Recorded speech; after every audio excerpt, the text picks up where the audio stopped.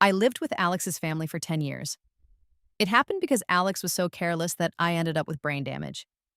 My reactions were a little slower than everyone else's. People always said Alex treated me so well and that I was just lucky to be a bit slow. Then, our childhood friend Chloe framed me and pushed me into the water. But it turned out that was a good thing, a real blessing.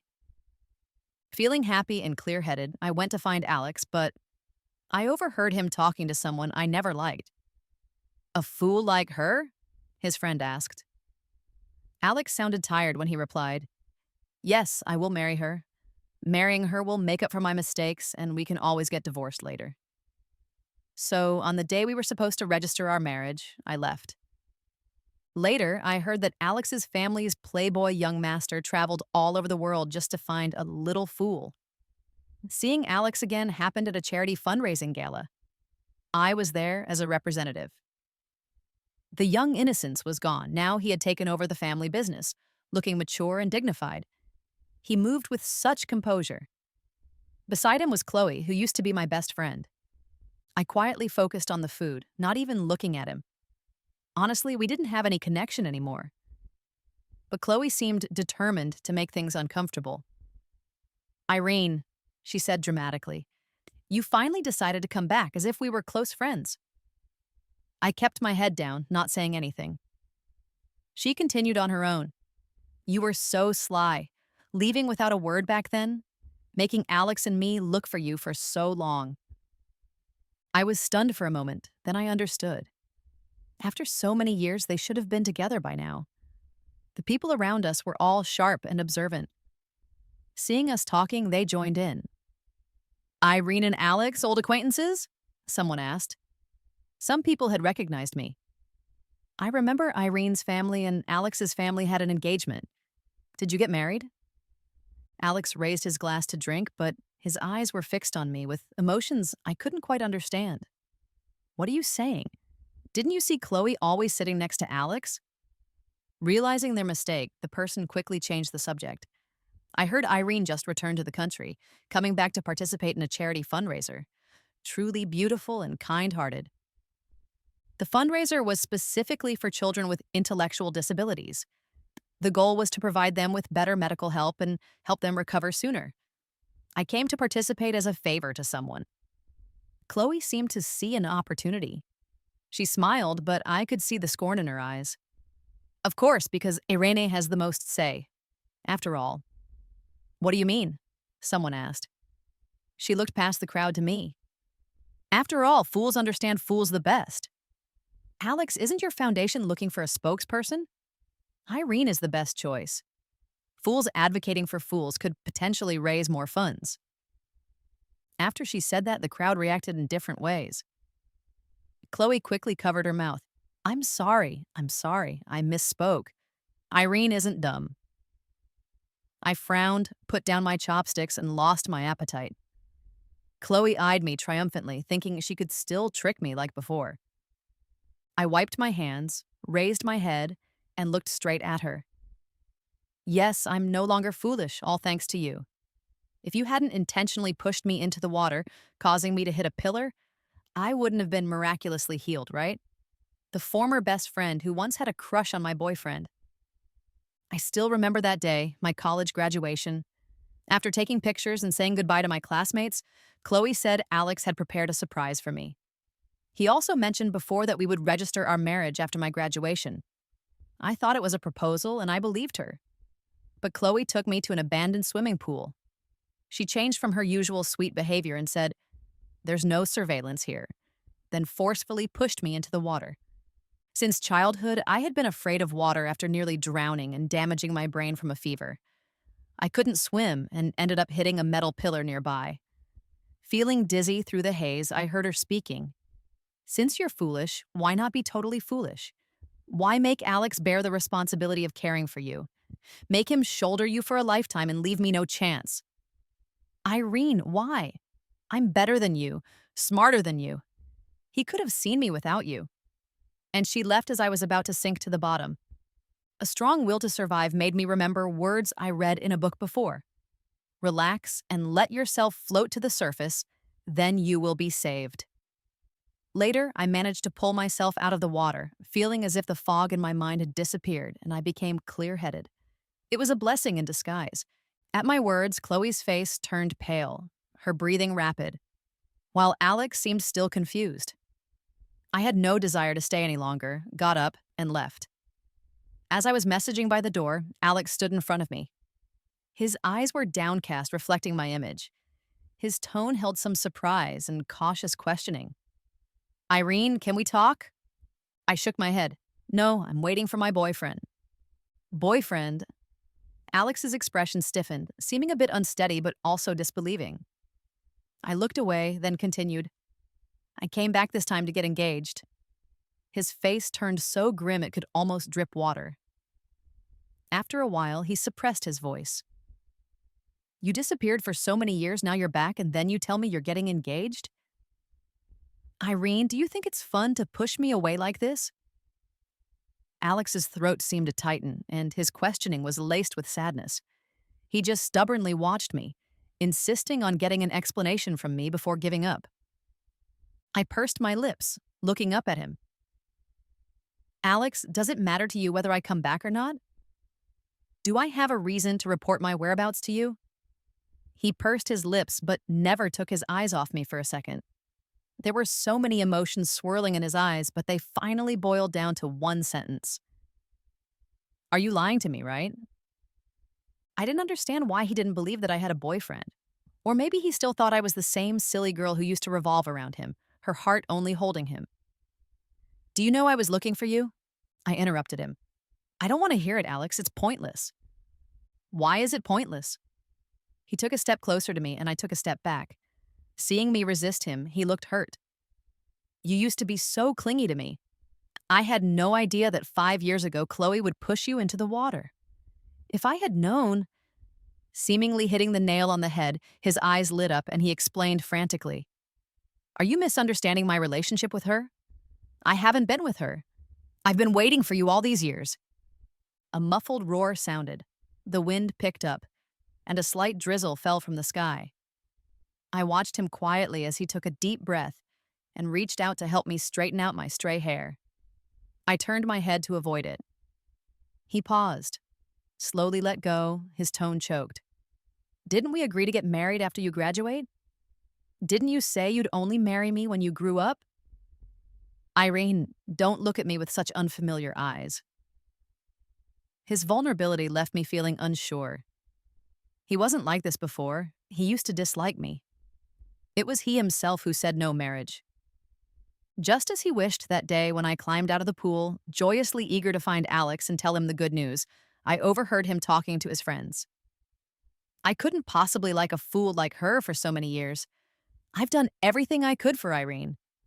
His friend chuckled and asked, Isn't she the adopted daughter in your family? I heard she's been living with you for 10 years. You've only had Irene by your side all these years. Isn't that love? Get lost, Alex exhaled a puff of smoke. You've been single since birth. What do you know about love? After a burst of laughter, someone dared to ask, Actually, I'm curious. Irene is a fool. Do you have any desires for a woman like her? Alex's face turned cold. He pursed his lips. After a short silence, he said, Curious about her? Then catch her and see if you have any physical reactions to a fool. My fingertips shrank, feeling like something inside me was slowly breaking. She's your girl, not me. But from your tone, are you still marrying her? After a slight pause, Alex's weary voice came. I'll marry her, bring her home. That's enough atonement. We can always get a divorce later. I stood at the door, soaking wet, feeling a chill creeping through my whole body. Alex's friend was the first to notice me. Irene! I was led into a private room, warm air blowing, and I couldn't stop shivering. My delayed reaction allowed the pain in my heart to spread through my body for a longer time, but it was more vividly felt. Alex stubbed out his cigarette and smiled faintly. Heard it all. I mumbled an acknowledgement, unconcerned. He thought since I was foolish, it didn't matter if I heard, so, with a hint of contempt, he glanced at me. You've made a mess of yourself again, Irene. When will you stop embarrassing me? Haven't you caused me enough shame? I stayed silent, my nose tingling with bitterness. After some thought, I spoke softly. Alex, if you don't want to marry me, you could have told me directly instead of embarrassing me in front of so many people with such excuses. I won't cling to you. I won't pester you. Moreover, this marriage was promised when I was 18, the year I entered college, when you personally told both sets of parents. You said taking care of Irene, protecting Irene, had become a habit. I told Irene a long time ago that I would marry her when I grew up because I liked her, not out of duty or guilt. Now, however, all you say is marrying me will be an atonement, and we can divorce later. I may have been slow to react, but I could still sense your impatience in Alex's tone. I understood his underlying message, the burden he saw me as. I'd been called a little thief by others, while he was the pride of the heavens with many suitors. A timid girl like me might actually diminish his status. So I looked down at him and asked calmly, if you don't like me, why lie to me about marrying me, Alex? You could have just interacted with me as a brother. Alex stood up, his brows furrowed. Do you know what my parents would think if I told you directly? They've already concluded that you're their future daughter-in-law. Would it matter if I said anything? You've been following me since childhood. You like me so much. Can I reject you with the reason of a brother? So it's my fault? But he had said with his own mouth that he liked me. I pressed down on the spot on my chest, feeling a bit painful. I knew what to do. I bowed deeply to him, suppressing the choked-up voice. Thank you, brother, for taking care of me all these years. Let's not get married. You don't need to worry about me embarrassing you anymore. When I called him brother, Alex's face became even darker. It seemed like it was the first time this little fool of mine had defied him, stood up to him. As I turned to leave, someone blocked my way. His friend was a bit anxious. Irene, Alex was just angry. You're about to get married. What are you two doing? I trembled as I walked out, hearing the sound of a broken glass from behind. Alex smashed a chair, suppressed with anger. Irene, if you walk out that door, don't regret it. I turned back, looked at him in the shadows, and smiled lightly. I won't regret it. From behind, I heard the voice. Alex, go after Irene and comfort her. She's just a kid. Why are you arguing with her? I wanted to say I have never been a child. I just react slower than others. I can understand what people say and feel the malice behind it. But the answer I got was Alex's cold voice, each word piercing into my ears. She doesn't cling to me, that's best. No marriage, just as I wish. So I can't understand Alex now, but I don't want to be entangled with him anymore. He just looked at me silently, waiting for my answer. What answer does he want? Some answers are inherently hurtful. During our eye contact, his assistant rushed over in a hurry. Alex, Chloe is having an attack and is choking. You'd better go check on her. You have to meet her parents tonight. Alex immediately turned around, then looked back at me. Irene, can you wait for me? I'll be right back. I shook my head. No need to wait. When I saw him again, I didn't feel much of a psychological impact. After his figure disappeared, I obediently waited for Ben in the lobby. Originally, he had other things to do, and I had told him I could take a taxi home, but he insisted on coming to pick me up. The light rain outside gradually intensified and the entire sky became overcast. This city has a lot of rain, and I regret not listening to Ben and bringing an umbrella when I went out. With a light sigh, my gaze fell on a familiar black car not far away. As I got ready to stand up, the man with long legs had already come out, dressed in a perfectly fitting black suit that made him look even taller, exuding a cold and noble aura. He held a black umbrella, but his gaze was locked on me, and he quickly waved at me to step back. I had no choice but to withdraw my legs. He walked towards me step by step. There was still a smile on his face that could melt anyone. He seemed to be the kind of person who is always gentle with me, always emotionally stable. It wasn't until he reached me and extended his hand towards me that I reacted. I reached out and shook his warm, broad hand. Ben lightly laughed and interlocked his fingers with mine. Have you been waiting long? Are you tired? I shook my head. He enveloped me under the umbrella, holding onto my shoulder to ensure not a single drop of rain touched me. The familiar woody scent made me feel at ease. On the passenger seat, there were desserts and snacks he specially bought. In case you're not full, I pointed to my stomach. It's already so plump. That's not enough. Our Irene needs to gain a little more weight. Inside the car, I told him about the encounter with Alex today. I had never expected to see them. He rubbed my head, his face somewhat serious. Did they bully you? I shook my head. It's my fault. Shouldn't have let you come on my behalf. It's okay, Irene. Now I won't let anyone easily bully you. Ben knows about my situation. After returning from the bar that day, I messaged both sets of parents saying I wouldn't marry anymore. Then I packed my bags and went abroad. I wasn't avoiding them. I just wanted some quiet time. For so many years, I was used to being by Alex's side, either painting or with him and Chloe. It seems like I had never stepped out of this circle. So I wanted to learn to live independently, to grow, to make normal friends. I thought leaving someone who didn't like me would make me feel relieved, but the withdrawal symptoms hit harder than I expected. It was the tangible companionship of over a decade, and the childhood friendship we had from always being together day in and day out. Alex had been very good to me in the past, so much so that others said he had no bottom line when it came to me, and he didn't get angry but rather lovingly watched me, saying we would be together forever. But ever since he entered society, he had started to change. He cared about what others thought of me, about the opinions people had about him. It seemed like having me around was embarrassing, but I didn't know what I had done wrong. I knew I was slow to react, always quietly by Alex's side, never causing trouble for him. I knew I wasn't clever enough. When he took me to gatherings, I would smile and behave well next to him because Mom said, if someone greets you, respond with a smile. I knew I wasn't outstanding enough, so I worked hard to shine in my own only hobby, painting, to show him that I wasn't a burden and I could also live well relying on my own skills. But no one told me why someone who used to like me no longer did. No one taught me what to do if he stopped liking me. I had to figure out a way to keep myself from getting hurt a little bit. It was a painful process, but slowly I understood that I couldn't ask someone to stand still forever, just like me who was still a little foolish. I also admitted that I wasn't brave enough. I still cried in the middle of the night, thinking about the days we used to have. The sun was shining brightly then. He waved at me, saying, Irene, take your time walking. I'll always be here. Yet I had never thought about turning back. Ben's appearance was unexpected that day. I was sitting on a bench, staring at the seagulls blankly, watching them freely flying in the sky. I felt envious. Then I slowly walked to the edge of the sea, trying to reach out to make them stop for me.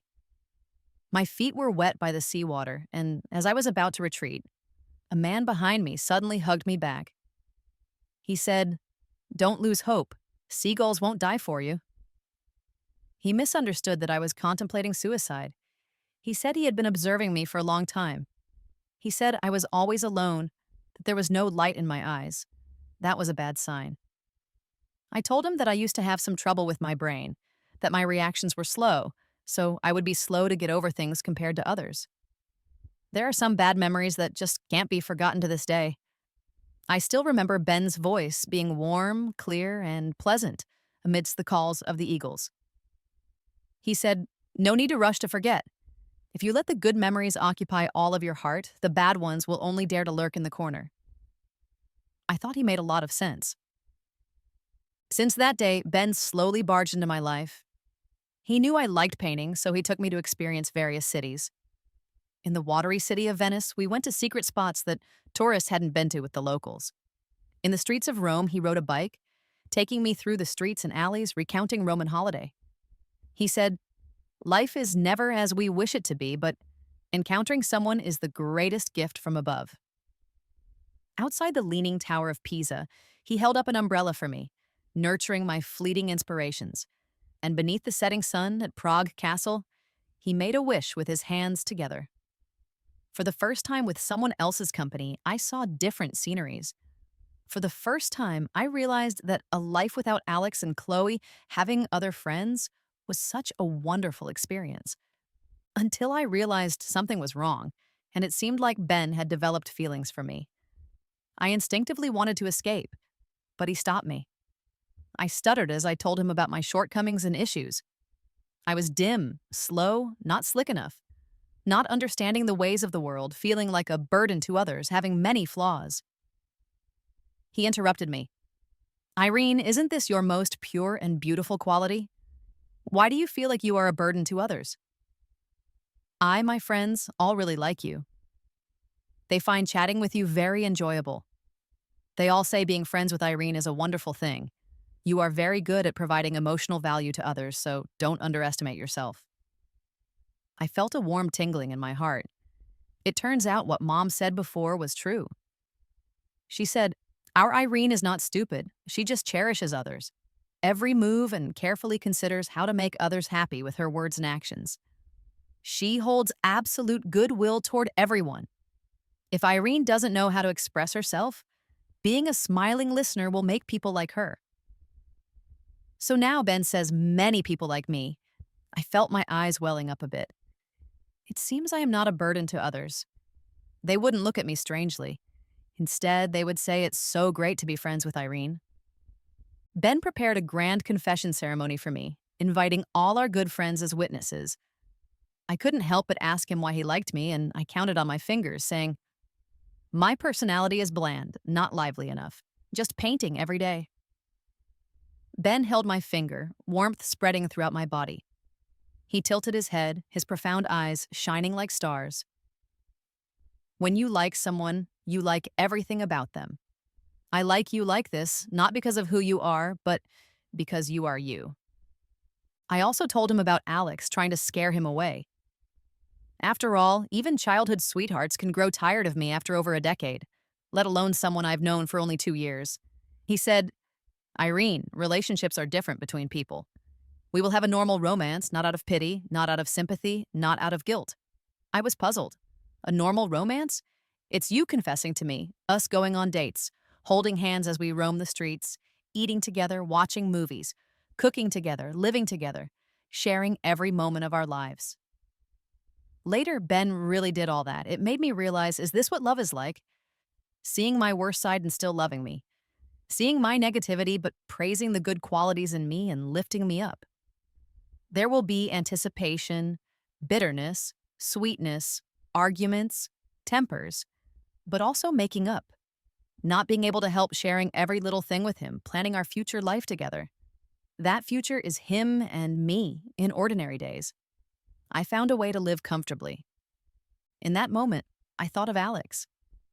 It's as if we never officially said we were together. It was like a duty, a habit. He felt like he had to take care of me, so naturally he held my hand. We both knew without saying it, assuming we were together. Maybe he wasn't even sure if his feelings for me were love or obligation. If, in the beginning, we could have been together in front of everyone's eyes, red-faced, accepting everyone's blessings in the name of lovers, would the outcome have been different? 3 days later, I met Alex again, this time back home, preparing for both my engagement with Ben and my art exhibition. What started as a way to appear less foolish turned into something fruitful. Unexpectedly, in 5 years, I gained some fame in the art circle. I used a new pseudonym. The art exhibition was supposed to be kept confidential, but since we were in my home country, Alex could find it if he wanted. At that moment, I was admiring the painting I did under the Leaning Tower of Pisa, reminiscing with a slight smirk. Alex interrupted my thoughts softly. Irene, your painting is great. I turned to see him backlit. It seemed like the first time he straightforwardly praised me. I couldn't help but remember that night he frowned at me looking so embarrassed and uneasy, saying I embarrassed him. Ben would never talk to me like that. Even if I messed up something, he would comfort me first, saying, we're all newcomers in this world. Who can guarantee we'll get everything right? I nodded at him, waiting for his next words. I knew he didn't come just to admire a painting. Sure enough, he moved closer to me, then remembered my resistance that day and slowly stepped back. After a while, he spoke again. Seeing you back, I'm really happy, Irene. I want to say Chloe and I have no relationship at all. I didn't know she was also there that day. I had a business deal with her parents at night. She had an asthma attack, so I had to go see her. Do you know she likes you? He hesitated, pursed his lips, nodded. I only found out after you went abroad. She confessed to me and I turned her down. I really have no other feelings for her. do you still like me?" I said softly, "Alex, no one will always like someone, and no one will wait in the same place forever. I've been waiting for you." His voice choked up a bit. "I thought you were joking that day when I waited for you at the Civil Affairs Bureau all day." Speechless, I sighed. I never joke about love. For 5 years, I've flown to every place you could possibly be but couldn't find you. He reached into his bag and took out a thick stack of plane tickets. "I never thought about leaving you. In that moment, I suddenly felt like a burden, ashamed to be with you. Was I the embarrassing fiancé you couldn't show off? Alex, how is it not a betrayal of our childhood friendship, slapping in the face all those promises and vows?" He covered his face, embarrassed because I had hit the nail on the head with his thoughts. Still incredulous, "I don't understand. How did we end up here?"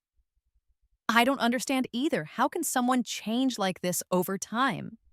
This is someone I grew up with, our life paths intricately linked together. After you left, I founded the Orange Light Foundation to help more people, to atone for my sins. I thank you on behalf of all the kids." His eyes flickered, looking at me. "Will you forgive me?" I shook my head. "If I forgive you, I won't be able to make peace with the version of myself that was drowning in pain before. So I hope we never see each other again." He now seeks my forgiveness because I heard those words he said, and I left decisively. If I hadn't left but had gone on to marry him, pretending as if nothing had happened, he wouldn't be here confessing to me now. He might have been grumbling about me to others in places I couldn't see, finding a reason to divorce me one day, and perhaps even after hurting me, he would say, "Irene, I've paid off the mistakes I made over these years," to shut my mouth, plunging me into deeper self-torment and misery. But I don't doubt his sincerity at this moment. After all, people are always more attached to things and emotions they have lost or couldn't get. "Irene, don't do this." He seemed on the verge of tears. "Give me a chance to make amends." I exhaled and pointed to the painting in front of him. "Doesn't this painting look warm? My current boyfriend stayed with me and painted with me all afternoon. He didn't rush me, didn't frown, just quietly waited for me. After I finished painting, he would say, 'You paint so well.' Not just to please me, but to encourage me, to give me genuine feedback. No one would dislike someone who is gentle and helps you improve continuously." I raised my left ring finger with the ring. "Alex, I'm really getting engaged." "You're lying," I softly interrupted him. "I have no reason to lie to you. I've said before, I never joke about love." He still wanted to say something. Ben, who was helping from afar, walked over. I hurried over to hold his hand. Alex's face turned pale instantly upon seeing me holding hands with Ben. I didn't know what he was thinking at that moment, but from his expression, I guess he must have remembered our past. Remembering how close we used to be, only to later drift apart. Remembering he had said, "I will always be there," only for him to leave midway, breaking his promise. Irene is silly, slow. No matter who treats her well, she'll remember for a long, long time. So I doubted myself in those early years abroad. Instead of Alex's faults, I saw his good qualities. Therefore, at night when I couldn't sleep, I wondered if I just became a bit smarter or better. Would he keep holding my hand onwards? Later, I understood in the adult world, it's all about filtering. Behind one mountain is yet another higher one. If he didn't choose me, it's understandable. But a firm decision surpasses everything. I just don't fit the image of the partner he wants, but that's not my fault. Is it his, though? Alex's voice trembled as he spoke. I nodded at Ben. He looked at Alex, not questioning, not hostile, just smiling gently. "Thank you for taking care of Irene so well." The color drained from Alex's face. He parted his lips but didn't make a sound for a long time, just his slightly red eyes shifting between me and Ben. Finally, with a strange smile, he spoke in an unsteady voice. "It's what I should do. There's nothing obligatory." Ben spoke slowly. If emotions start with a should and must, it becomes a burden when suppressed for long. At this moment, I finally understood why Alex and I had reached this point today. With a slight tremble in his body, Alex was tightly clenching his hands, teetering on the brink of an emotional breakdown. I looked at him and softly said, Alex, thank you for your kindness in the past, but between us, this is where it ends. He didn't seem to want to leave. Ben patted my shoulder. Irene, why don't you go check on the progress over there? I nodded. Ben surely had his reasons for this. I walked towards the other side. I didn't know what they talked about that day. From start to finish, Ben was gentle and gentlemanly. I only saw Alex bowing slightly at the waist in the end. He fled in a panic. In that moment, memories from the past flooded back to me. The meticulous care of over a decade only made it impossible for me to accept the fact that he had long despised me. When I heard those words later on, I also jumped out to think back on the past from an observer's perspective. No one is completely right and no one is absolutely wrong. It's just that we each want to choose different paths in life. So when he wanted to embark on another journey in life, I was abandoned, but I could understand. There was always guilt between us, an insurmountable barrier. One day it would crumble. It's just that back then, youthful arrogance prevailed. Impulse trumped everything. If only he could have calmly told me he was leaving, or maybe I could have left without a word. Perhaps we would have ended things decently instead of now, where hurtful words have destroyed any hope of going back to the beginning. During the preparation for the art exhibition, Alex didn't visit again. However, on the day before its opening, I saw Chloe. My feelings towards her were more complicated.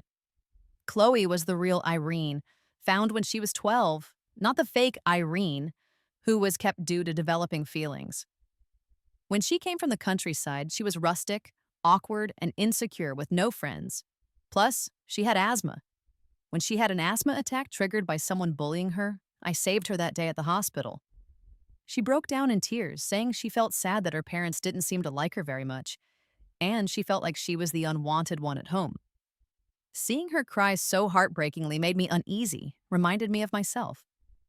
So I held her hand and told her I would be her good friend. I even introduced her to Alex. I thought we were good friends, but I never expected Chloe to fall in love with Alex. She even wanted to kill me. Why did you come back? You left, so why come back? She questioned me, but it seems she didn't need my answer. She was venting pent-up emotions. Do you know how jealous I am of you? You're so silly and dumb. Why do you deserve Alex's love? For so many years, he never even glanced at me. Even when your family intended to arrange a marriage with Chloe, he refused. I envy you on one hand, but on the other hand, I can only stay close to him by talking about you. I'm being tormented just because of what you said. He searched through all the surveillance footage from that day and anyone you might have met wanting to frame me. But what did I do wrong? I just loved someone who didn't love me back. Is that a sin? She cried bitterly. I stared at her expressionlessly, feeling sorry for her. No one liked you back then, and I was your first friend. I helped you, introduced you to my few friends, treated you as my closest friend, yet you want me to disappear from this world? Chloe, that's not how you should treat people. There's no reason to do that. Losing her composure, she pointed at me. If I didn't push you down, would you be okay now? Would you have achieved what you have today?